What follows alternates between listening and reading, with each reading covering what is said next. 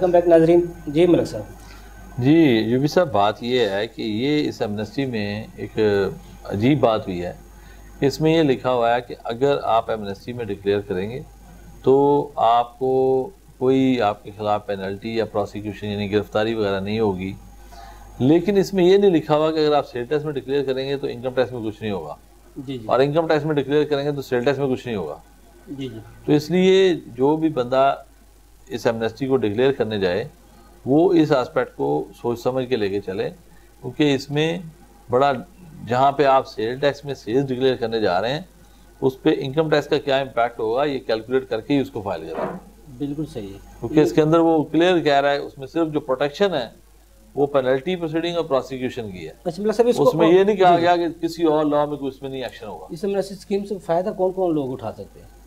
देखिए, इसमें उन्होंने हर शख्स एवरी पर्सन का वर्ड यूज़ किया है। इसमें फॉरेनर भी, नॉन रेजिडेंट भी यूज़ कर सकते हैं, रेजिडेंट भी कर सकते हैं, सिटीजन भी कर सकते हैं, नॉन सिटीजन भी कर सकते हैं, फॉरेन कंपनीज की ब्रांचेस भी कर सकती हैं। ठीक है, तो ये इसलिए जितने भी लोग इसमें कवर्ड हैं वो कर सकते हैं, पहली बात। दूसरी बात ये है कि जो उन्होंने इसमें से निकाला लोगों को वो हैं जिनके जो पब्लिक अकाउंट होल्डर हैं, ऑफिस होल्डर हैं, जैसे पार्लियामेंटेरियंस हैं, ये गवर्नमेंट ऑफिसर्स हैं, ब्यूरोक्रेट्स हैं, ये लोग इसमें शामिल नहीं हैं। उनकी फैमिली जो डिपेंडेंट्स हैं जो वो इसमें शामिल नहीं हैं, उनके स्पाउस जो हैं वो इसमें शामिल नहीं हैं। उसके बाद कोई जो क्रिमिनल जो क्राइम रिलेटेड जो प्रोसीड्स होती हैं वो इसमें शामिल नहीं है, एंटी मनी लॉन्ड्रिंग और उससे रिलेटेड जो चीज़ें हैं। फिर उसके बाद इसमें जैसे ऐसी चीज़ें जिसके ऊपर फाइनलिटी अटेन हो गई हो, जो कि पहले ही डिस्कवर हो चुका और फाइनलिटी अटेन कर गया हो, उसके ऊपर वो जो केस अगर पेंडिंग नहीं है, फाइनल हो चुका हुआ है, तो उस पर आप एमनेस्टी ले सकते हो, उस पर आपको पे ही करना पड़ेगा। ये इसमें जो मुख्तलिफ लोग, हर शख्स आ सकता है, लेकिन जैसे मैंने कहा, जैसे भी राना साहब ने फिर बताया कि 4-5 चीज़ें इसके स्कोप में। नंबर 1, अनडिस्क्लोज एसेट, इनकम नहीं, ठीक है, बेनामी एसेट, ठीक है जी।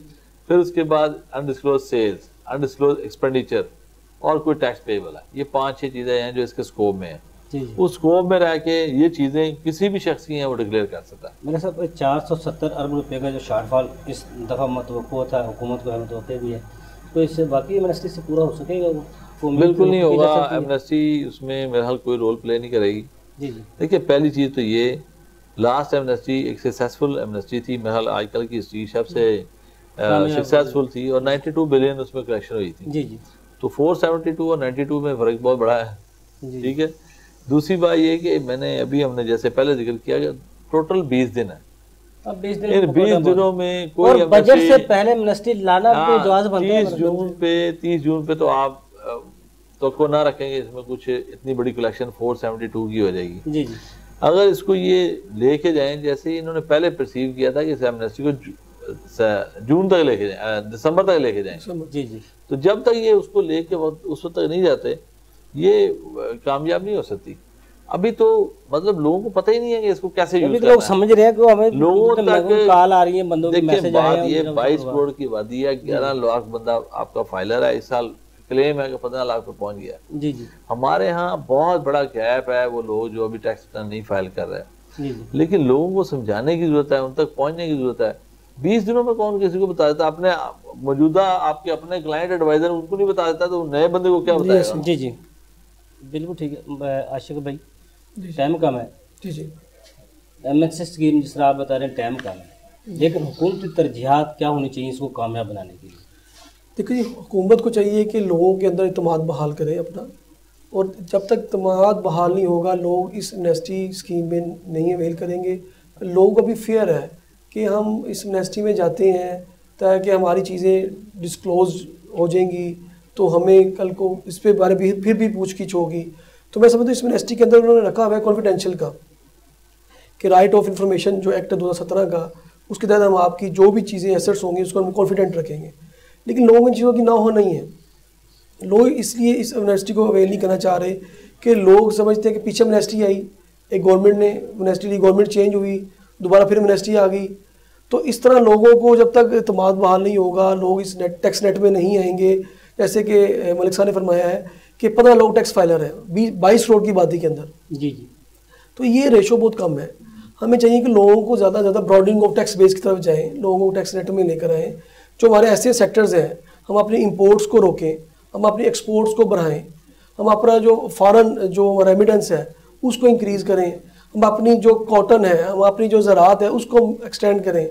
तो बजाय अमनेस्टी से अपना शॉर्टफॉल दूर करने की बजाय हमें अपनी जो लोकल इंडस्ट्रीज़ है, मैन्युफैक्चरिंग इंडस्ट्रीज़ हैं, उनको बूस्टअप करना चाहिए, उनको फैसिलिटेट करना चाहिए।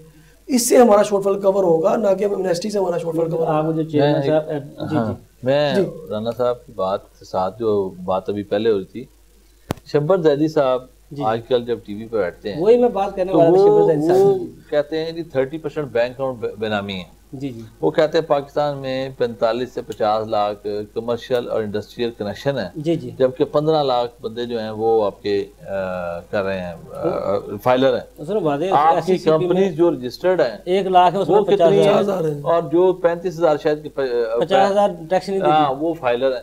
अच्छा, पाकिस्तान का टोटल जो टैक्स बेस है उसमें 1 मिलियन से ज्यादा टैक्स पे करने वाले 70,000 लोग हैं, जी जी, और 5 मिलियन से ज्यादा पे करने वाले 35,000 लोग हैं। यानी पूरे पाकिस्तान 15 लाख में से भी 35,000 लोग हैं जिनसे ये पूरा मुल्क चल रहा है। तो बिल्कुल क्या ठीक है। ये जो कंट्री को सबसे बड़ी बात है डाटा मैपिंग। जी जी, एफबीआर को खुद अपनी एक्सरसाइज करने के लिए 6 महीने का ये टाइम कर लेते हैं और साथ में अपना डाटा मैपिंग करते हैं और लोगों के पास जाते हैं और जाके उन लोगों कहते हैं कि भाई हमने ये आपका सारा डाटा हमारे पास है, आप टैक्सेबल हैं, ये हैं, लेकिन हम फिर भी आपको अपॉर्चुनिटी देते हैं, मतलब साहब इसमें आप सिस्टम में आ जाए, जी जी, ठीक है, आइंदा टैक्स देना शुरू कर। मतलब साहब जो हमने मशीन तो broadening of tax base basically सोच होनी चाहिए। पीछे का जो एरिया है अगर मिल जाए तो अच्छी बात है, लोगों को ट्रैक पे लाना जरूरी है। टैक्स मशीनरी कंपेन चलाती है किसी भी चीज़ों को कामयाब बनाने के लिए। एमनेस्टी जिस तरह इसको कामयाब बनाने तशहीर करने के लिए सेमिनार्स, वर्कशॉप्स, जब से शब्बर जैदी साहब चेयरमैन साहब आए हैं तो मशीनरी तो वैसे ठप होकर बैठ गई है, वो उनके मुंह फूले हुए हैं, जनाब हमें बिल्कुल काम से रोक दिया गया। इस हालात में, इस सिचुएशन में किस तरह सक्सेसफुल होगी? देखिए, बात अभी जैसे अभी हुई थी कि एफबीआर को टैक्स पेयर के अंदर ट्रस्ट क्रिएट करना है। जी जी, तो शब्बर साहब ने अगर ये सब कुछ किया तो पर्पज तो था कि जो टैक्स पेयर है उसके अंदर ट्रस्ट क्रिएट करें जी जी, कि एफबीआर आपके साथ मिलके इस मुल्क की तरक्की में काम करना चाहता है। लेकिन लोगों को उसकी आदत है, जो मतलब बैंक अकाउंट अटैच होना, वो तभी पैसे देने की आती है, वैसे तो आती नहीं है। और ब्यूरोक्रेसी भी यही समझती है कि इस वक्त जब साल का आखिरी महीना चल रहा है, इस वक्त ये बंद होना, और वो बहुत ही गलत है। लेकिन उसमें उन्होंने साथ ये डाला हुआ कि चेयरमैन और एफबीआर हायर अप की परमिशन से सब कुछ हो सकता है। जी जी, वो तो इनको पता नहीं कि हमने कहाँ पे परमिशन लेनी है, लेकिन वो उसको समझते हैं, एफबीआर ब्यूरोक्रेट समझते हैं कि ये हमारा हाथ रोक दिए गए। मैं फिर कहूँगा ये शॉर्ट रन में ठीक है, ये जो कुछ हुआ टैक्स पेयर भी फायदे में आ गया, एफबीआर मुश्किल में आ गई, लेकिन ट्रस्ट क्रिएट होगा। लेकिन फ्यूचर जो है ना वो डाटा है, डाटा इंटीग्रेशन है। जिस दिन एफबीआर लोगों के पास, जैसे अभी इनके पास यूके के बैंक अकाउंट्स का और वहाँ की प्रॉपर्टीज का डाटा आया, इनके पास यूएई की प्रॉपर्टीज का डाटा आया, इन्होंने कन्फ्रंट किया टैक्स पेयर्स को। अब जब आप टैक्स पेयर को ये कहेंगे कि यार आपकी ये इंग्लैंड में प्रॉपर्टी है, आप इतना रेंट ले रहे हैं, जी जी, आप इसका जवाब दें, तो वो इवेंचुअली एमनेस्टी को अवेल करने में सबसे पहले उसकी ऑप्शन ही वो होगी। जी जी, बस जो गलतियां सो होगी, लेकिन उससे निकलना भी सबसे पहले लिस्ट शाया करनी चाहिए। लोगों का डाटा हमारे पास है, अगर अवेल लोग अब भी फायदा ना उठा सके तो इसके बाद कोई बचत नहीं होगी। बिल्कुल ऐसे ही, बिल्कुल। आज तक वैसे कोई ऐसा कानून हमारा कोई ऐसा इम्प्लीमेंट हुआ है जिसपे एमनेस्टी के बाद कोई पकड़ दकड़ हुई हो हुकूमत की तरफ से, मशीनरी की तरफ से? देखिए, बात पता क्या है, पिछली जब एमनेस्टी 31 जुलाई को कंप्लीट हुई ना, जी जी, अगस्त में ही जो लोग थे उनको नोटिस जाने शुरू हुए टैक्स पेयर्स को। जी जी, तो टैक्स पेयर हो गया परेशान। मीडिया में भी नोटिस, ये न्यूज आना शुरू हो गई कि जो लोग जिन्होंने एमनेस्टी फाइल की थी उनको नोटिस जाना शुरू हो गया। और आज जो टैक्स पेयर है वो परेशान है कि जिन लोगों ने पीछे एमनेस्टी दी थी उनके केस खोल दिए गए। हालांकि ऐसा नहीं हुआ था। जी जी, हुआ ये था कि उनके पास इंटरनेशनल डाटा मौजूद था। उन्होंने जो पहले फॉर्म लोगों ने एमनेस्टी फाइल की थी उससे कंपेयर करके कि अगर किसी ने कहा जी दुबई में इसका पाम जुमेरा में प्लॉट है, उसको साथ मैच किया उसके डेकोरेशन के साथ, उसमें अगर पाम जुमेरा का प्लॉट नहीं आ रहा तो उन्होंने उसको नोटिस भेज दिया। जी, तो जो डिक्लेयर था उसको उन्होंने नहीं छेड़ा, जो उन्होंने नहीं डिक्लेयर किया था उसी पर नोटिस भेजा था। ये भी फिर इसकी लेकिन लोग परेशान हो गए कि जी ये जो है ना पता नहीं एमनेस्टी वाले केसेस को खोल रहे हैं। जी जी, तो बेसिकली एफबीआर और जो कम्युनिकेशन थी ना, जी जी, लोगों को बताना कि ये हम आपको जिसने एमनेस्टी फाइल की उसको नहीं तंग कर रहे हैं, हम दूसरे लोगों को कर रहे हैं जिन्होंने नहीं डिक्लेयर की जी जी, या जो डिक्लेयर कर चुके हैं लेकिन उनको ऐसा डिक्लेयर नहीं किया तो उनको कर रहे हैं जी जी, तो फिर ये बात थी कि उसको लोगों को समझ आती है, लोग आज इसको आउट करते हैं। बिल्कुल ये लोगों को बताने की जरूरत है। बिल्कुल। अच्छा सर, अब टाइम कम है, आखिरी हमारे एक मिनट है हमारे पास, एमनेस्टी स्कीम को किस तरह कामयाब बनाया जाए उसके लिए? देखिए, पहले तो बात वही है, टाइमलाइन बढ़ाई जाए, इसका टाइम बढ़ाया जाए, 6 महीने किया जाए। दूसरा, कैश जो बैंक में रखने की रिस्ट्रिक्शन है वो खत्म की जाए। बिल्कुल सही है। तीसरा ये है कि इसके अंदर मैं समझता हूँ अनडिस्क्लोज इनकम को डालना बहुत जरूरी है, क्योंकि अगर एक शख्स पिछले पीरियड के अंदर वो काम कर रहा है, उसके कोई असासे बनाया तो किसी इनकम से बनाया ना। बिल्कुल सही है। वो सिर्फ असासे तो नहीं, उसने घर का कारोबार भी चलाया होगा, घर पे खर्चे भी किए होंगे, उसने कोई गाड़ियां भी ली होंगी, कुछ और भी काम किए होंगे, फॉरेन टूर्स भी किए होंगे, कोई इवेंट्स भी हुए होंगे, तो वो उसकी जो बकाया चीजें हैं उनको उसने कवर करना है, तो उसके लिए उसकी अनडिस्क्लोज इनकम जो है या उसकी कोई सेविंग्स है उसको लेके चलना चाहिए, तो उसको वो डिस्क्लोज करने की इजाजत दें। ठीक है, वो उन्होंने उसकी डेबिट साइड पकड़ लिया कि जो एसेट की शेप मौजूद है, जो एक्सपेंडिचर है, जो उसको लेके वो डिक्लेयर कर ले, लेकिन अनडिस्क्लोज इनकम को इजाजत मिलनी चाहिए। सर वैसे जो साहब हुकूमतें थी वो एमनेस्टी एंड लास्ट एमनेस्टी में उन्होंने डाला था ना, हुकूमत के जाने के वक्त वो एमनेस्टी लाई जाती थी, लेकिन इस हुकूमत ने तो आते ही पहले साल में एमनेस्टी दे दी है। इससे लग रहा है प्लस इसमें मैं बात को इसमें प्रोटेक्शन होनी चाहिए जी जी, कि अगर एक बंदा डिक्लेयर करता है तो उसको दूसरे लॉज के तहत उसको एज एविडेंस यूज करके उस पर प्रोसीडिंग नहीं होगी। बिल्कुल सही बात है। जी आशिक साहब, जी सर, आपकी क्या तजावीज़ हैं इसको कामयाब बनाने? देखिए जी, इस पे तो मैं मलिक साहब की बात से इत्तेफाक करूंगा कि इसकी तो डेट एक्सटेंशन बहुत ज़रूरी है। हम बार लेवल पे भी उनसे रिक्वेस्ट कर रहे हैं कि डेट एक्सटेंड करें, क्योंकि छुट्टियाँ 11 जून को तो बजट आ रहा है जी जी, बजट के बाद लोगों ने बजट को फॉलो अप करना है या एमनेस्टी की तरफ जाना है, तो ये बड़ा एक मुश्किल सी बात है जी जी। उसके बाद ये है कि इनकम की जो कंडीशन है, ये बैंक में पैसे रखने वाली ये कंडीशन नहीं है कि पहले लोग पहले बैंक में पैसे जमा कराएंगे, जब विड्रॉ करेंगे तब भी टैक्स वो अदा करेंगे।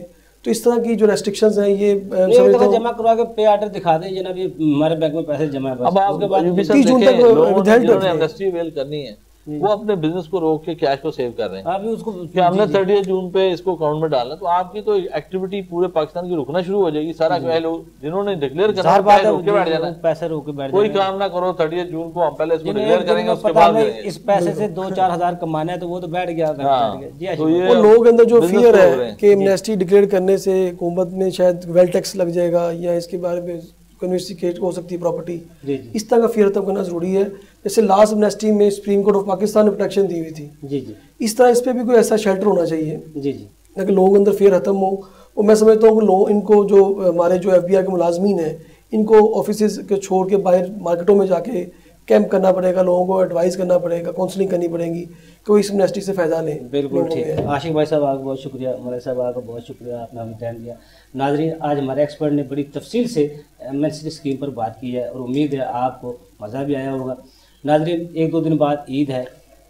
टैक्स और अवाम प्रोग्राम और हमारी पूरी टीम की जानिब से पूरी कौम को और तमाम उम्मत मुसलमान को ईद मुबारक की खुशियाँ मुबारक हो। और प्रोग्राम में शामिल होने के लिए अगर आपको कोई शिकायत है, टेस्ट के हवाले से कोई पूछना चाहते हैं, कोई मालूमात चाहते हैं, तो स्क्रीन पर हमारे नंबर मौजूद है, ईमेल मौजूद है, हमसे रब्ता कर सकते हैं। अगले प्रोग्राम तक के लिए अफजल जी को इजाज़त दीजिए। अल्लाह हाफ़िज़।